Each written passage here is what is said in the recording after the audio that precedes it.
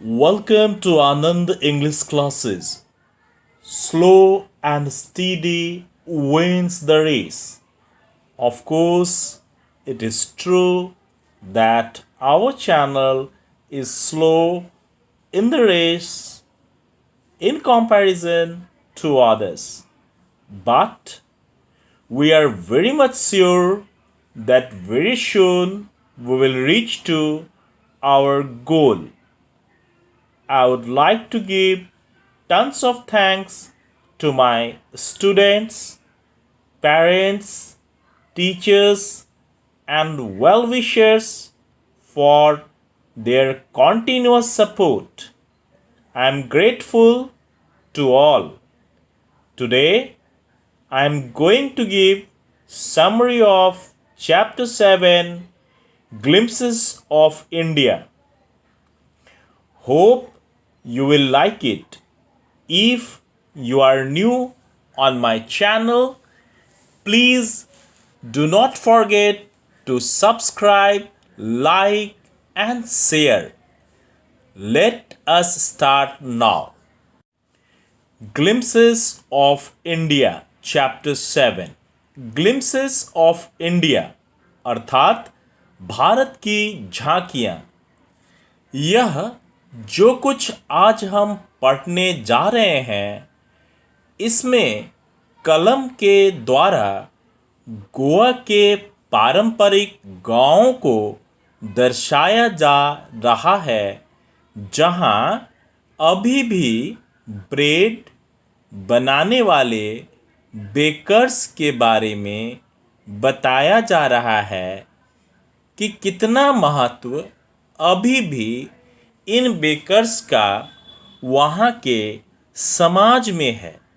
लेखक कहते हैं कि उन्होंने अपने बुजुर्गों को अक्सर बड़े प्रेम से, बड़े चाव से पुराने समय के अर्थात पुर्तगालियों के समय की बातों को याद करते हुए देखा था। कहानी में उल्लेखित पोर्तुगीज डेज का अर्थ है वह समय जब पुर्तगाल के लोग गोवा में रहा करते थे। बुजुर्ग अक्सर याद करते थे पुर्तगालियों और उनके प्रसिद्ध ब्रेडों को। हो सकता है इन ब्रेड प्रेमियों की संख्या कम हो गई हो, परंतु इन ब्रेडों को बनाने वाले अभी भी हैं। अभी भी हमारे बीच मिक्सर्स, मोल्डर्स अर्थात ब्रेड बनाने वाले यंत्र और ब्रेड बनाने वाले लोग हैं। युगों पूर्व समय परीक्षित भट्टियाँ जहाँ ब्रेड बनते हैं आज भी हैं। अभी भी वह ज्वाला, वह आग भट्टियों की जिन्हें पुर्तगालियों ने जलाया था जल रहा है, अर्थात ब्रेड बनाने का व्यापार निरंतर चल रहा है। अभी भी गोवा के कुछ स्थानों पर बांस के पटकने और छन छन की आवाज़ों को सुना जा सकता है। यह एक संकेत है बेकर के आने का। दरअसल जब कोई बेकर किसी के आंगन या दरवाजे पर पहुंचता है तो ब्रेड के टोकरी को रखने के लिए जिस बांस के स्टैंड का प्रयोग करता है उसे वह पटकता है और निश्चित रूप से उसमें कुछ घुंघरुओं को लगाता है जिससे छन छन या जिंगलिंग साउंड निकलता है, जो उसके आने का संकेत है। हो सकता है पिता अब नहीं रहे लेकिन पुत्र ने बेकरी के व्यापार को जीवित रखा है, अर्थात पिता के व्यापार को पुत्र ने बिना नफा नुकसान सोचे जीवित रखा है। आज भी इन ब्रेड के व्यापारियों को गोवा में बेकर्स नहीं बल्कि पेडेर के नाम से जाना जाता है। लेखक कहते हैं कि बचपन में बेकर्स उनके मित्र, सहयोगी और मार्गदर्शक हुआ करते थे। बेकर्स कम से कम 2 बार उनके यहाँ आया करते थे। पहली बार जब वो ब्रेड बेचने निकलते थे और दूसरी बार अपनी बड़ी सी टोकरी खाली करके, अर्थात सब ब्रेडों को बेचकर वापसी के समय। प्रत्येक सुबह लेखक, घर के लोग और बच्चों की नींद खुलती थी बेकर के बांस रूपी स्टैंड के ढप और छन छन की आवाज़ से। लेखक कहते हैं कि नींद खुलते ही सब बच्चे दौड़ पड़ते थे बेकर को अभिवादन करने के लिए, अर्थात गुड मॉर्निंग कहने के लिए। वो पूछते हैं कि ऐसा क्यों था? क्या यह ब्रेड के प्रेम के लिए था? नहीं, शायद ऐसा एकदम नहीं था। ब्रेड तो खरीदा जाता था घर के किसी नौकरानी के द्वारा, जिसका नाम पास्किन या बास्टीन होता था। हमें तो जो चाहिए था वो था गोल चूड़ी जैसा दिखने वाला ब्रेड, जिसे ब्रेड बैंगल्स कहते थे, जिसका चुनाव हम बड़े ध्यान से करते थे। कभी कभी तो बड़ा मीठा ब्रेड विशेष प्रकार से निर्मित भी हमें मिलता था।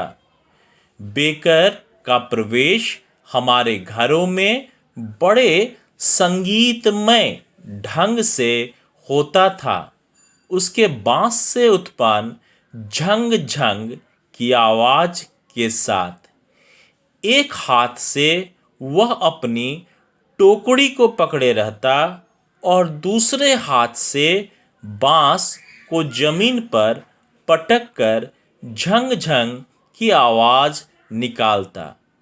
फिर वह घर की सबसे बुजुर्ग महिला को गुड मॉर्निंग कहकर अभिवादन करता और अपनी टोकरी को बांस के उस स्टैंड पर रखता। हम सभी बच्चे उसकी टोकरी के चारों ओर उत्सुकतावश जमा हो जाते, जानना चाहते थे कि उसकी टोकरी में क्या क्या है। वो बेकर हमें प्यार से थोड़ा डांटता और अलग होने को कहता। हम बच्चे कहाँ मानने वाले, या तो बेंच पर चढ़कर या अर्धनिर्मित मिट्टी की दीवार पर चढ़कर उसकी टोकरी में ताक झांक करते। अभी भी वो विशेष प्रकार के स्वादिष्ट सुगंध को मैं याद कर सकता हूँ, उन ब्रेडों की मीठी सुगंध को। ब्रेड बड़ों के लिए और ब्रेड बैंगल्स बच्चों के खातिर होता। तब जब सब खरीद लिए जाते थे, हम बच्चों के खुशी का ठिकाना न हुआ करता था। हमें ना तो ब्रश करने और ना ही ठीक से मुंह धोने की चिंता होती थी। हमें तो होता था कि कब ब्रेड मिल जाए। हम ब्रश करने या मुंह धोने के विषय में भला चिंतित क्यों होते? कौन इतनी परेशानी मोल ले? कौन आम के पत्तों को तोड़े और ब्रश करे? मतलब उस जमाने में आम के पत्ते या उसके डंठल से लोग ब्रश करते होंगे। लेखक कहते हैं कि बचपन में वो सोचते थे कि ऐसा करने की भला क्या जरूरत थी। बाघ तो कभी ब्रश नहीं करता, तो क्या उसके दांत कमजोर होते हैं? नहीं ना। गर्म चाय मुंह के अंदर सब कुछ बहुत सुंदर से धो देगा, ब्रश करने की कोई जरूरत ही नहीं है। उस जमाने में विवाह बेकार, व्यर्थ का माना जाता था।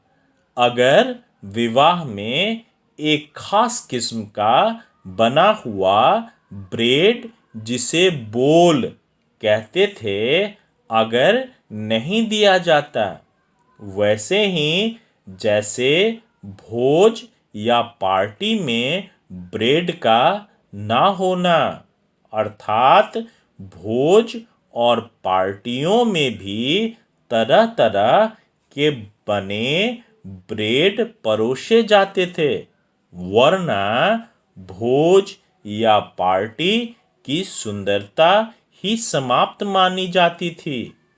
इससे अधिक क्या बतलाएगा कि कितनी अहमियत थी बेकर की उस समाज में, कितना महत्व था बेकर का उस जमाने में।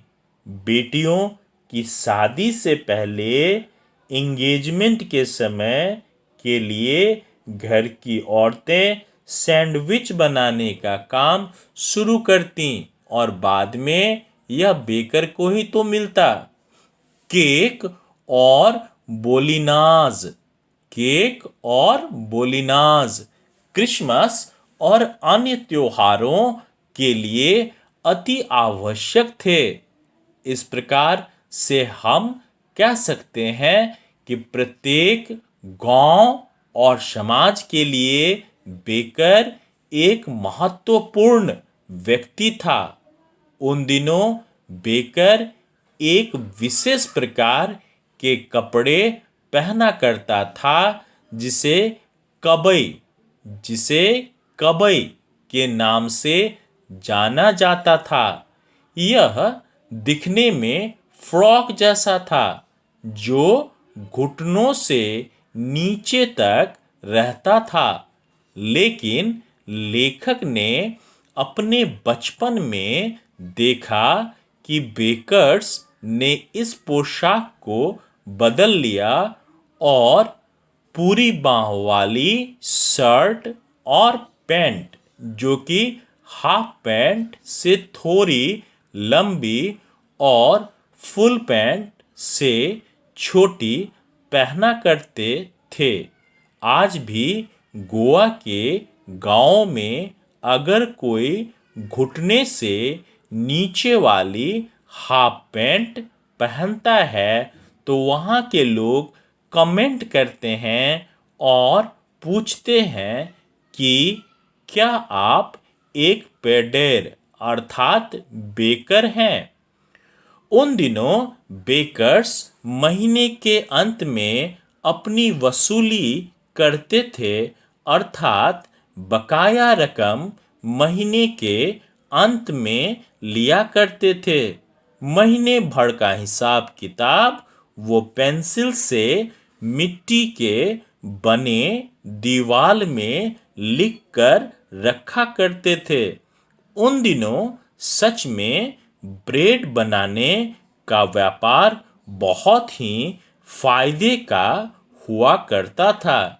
कभी कोई बेकर या उसका सगा संबंधी, परिवार का कोई सदस्य भूख से नहीं मरा।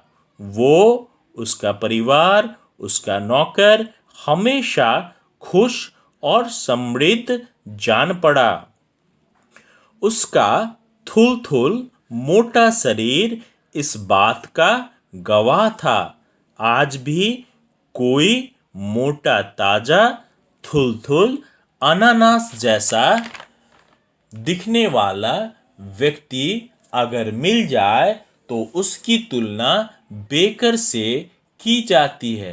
अर्थात आप अगर मोटे हैं तो गोवा के लोग आपको बेकर समझ सकते हैं। इस प्रकार हम कह सकते हैं कि ब्रेड ने भी कभी भारत को विश्व में पहचान दिलाई थी, तभी तो ग्लिम्पसेस ऑफ इंडिया में इसे स्थान मिला। आज के लिए इतना ही। उम्मीद है, विश्वास है कि यह चैप्टर आपके समझ में आ गया होगा। इसे ग्लिम्पसेस ऑफ इंडिया का पार्ट 1 समझेंगे। शीघ्र ही पार्ट 2 और पार्ट 3 आपके समक्ष प्रस्तुत करूंगा। तब तक अपने इस टीचर को अपना सपोर्ट ऐसे ही देते रहेंगे। लाइक, शेयर और सब्सक्राइब करना नहीं भूलेंगे। God bless you all. Stay home, stay safe. Good bye.